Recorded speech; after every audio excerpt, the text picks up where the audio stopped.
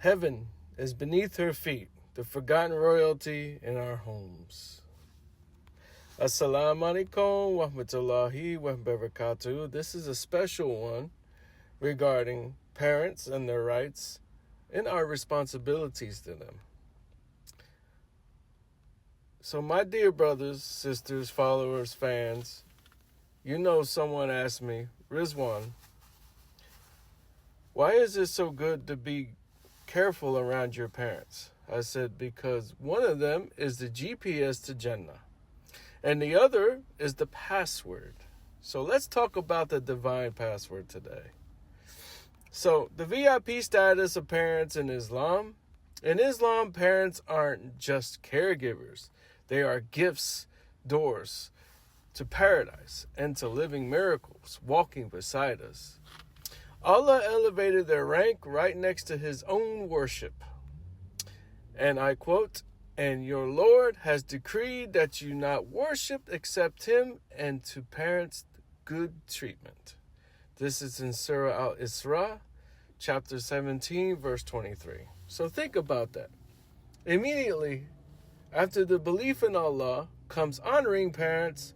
That's not just etik, that's a divine decree. So the warning, don't even say oof to them.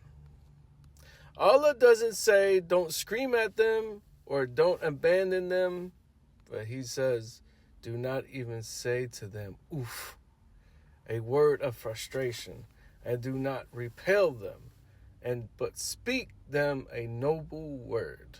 This is in Surah Al-Isra, chapter 17, verse 23 again. SubhanAllah. Not even oof. In today's language, that's like eye-rolling, sighing, texting while they're talking, or saying whatever underneath your breath. It's not right. So the bar isn't just don't abuse. The bar is noble words, dignity, kindness, and softness towards your parents. So the forgotten royalty. What are we doing wrong here? So let's reflect. Are we too busy to return their calls, but not too busy to scroll for hours?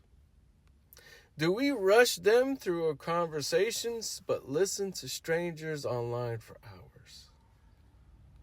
Do we forget their sacrifices while chasing people who don't even love us?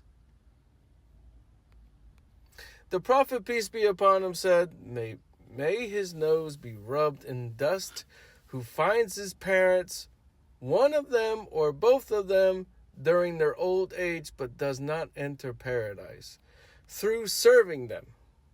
This is mentioned in Sahih Muslim. So that's deep. Serving your parents, especially in old age, is your shortcut to Jannah. So the real love stories from the righteous. Imam Abu Hanifa would delay his class just to walk his mother to the door and wait until she was safely inside. Al-Qarni, through unknown his time, was praised by the Prophet, peace be upon him, himself because of his devotion to his mother. He stayed with her rather than go meet the Prophet, peace be upon him. And yet the Prophet, peace be upon him, told Umar ibn al-Khattab, if you meet him, ask him to make dua for you. This is in Sahih Muslim. So that's how powerful a mother's dua is and how sacred serving her is. The status of mothers in Islam. You've heard this before, but let's soak it in all the way. A man came to the Prophet, peace be upon him, and asked him, who is the most deserving of my good companionship? He replied, your mother. Then who? Your mother. Then who? Your mother. Then who? Your father. This is mentioned in Sahih Muslim and Sahih Bukhari. So 3 times, mothers are the unseen warriors who bled, cried, and sacrificed their sleep, health, and youth for us. Jannah literally lies beneath her feet. So to the fathers, it's the silent guardians. While mothers are vocal in love, fathers often love silently. They walk miles so we can ride. They bleed so we don't bruise. Their backs break so we can stand tall. The prophet, peace be upon him, says, the Father is the middle gate of paradise. If you wish, lose it, or if you wish, preserve it. This is in our Timothy. Your Father may not say, I love you in words, but every bill he paid, every meal he brought, every time he dropped you off without a complaint, that was his I love you to you. So what not to do? Listen to this. So let's not fool ourselves. Here is a real list of actions that can destroy your barakah in our lives. Ignoring your parents' advice, yelling, cursing, speaking harshly to them, making fun of their age or memory, abandoning them in their old age, choosing friends, spouses, or careers that they're deeply uncomfortable with without reason or dialogue. Even rolling your eyes can be sinful.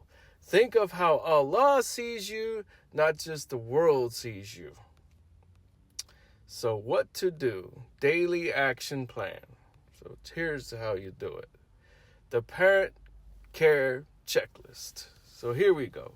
Call them daily, even if it's just to say salam.